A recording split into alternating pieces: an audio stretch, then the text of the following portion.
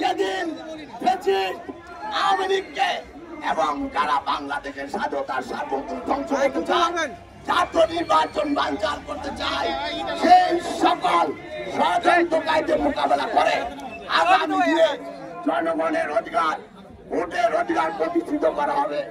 সেদিন আমার নেতা, আমার অভিভাবক সরকার তারেক রহমান তাকে ভিড় আসবে।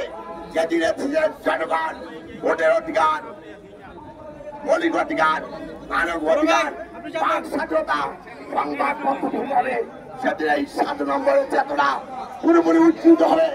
আপনারা জানেন 1975 সালে 7 নম্বর সিপাহী বিপ্লবের মাধ্যমে সেদিন গণবাহিনী, রক্ষী বাহিনীর হাত থেকে স্বাধীনতা ঘোষণা শহীদ জিয়াউর রহমানকে সিপাহী জনতা ঐক্যবদ্ধভাবে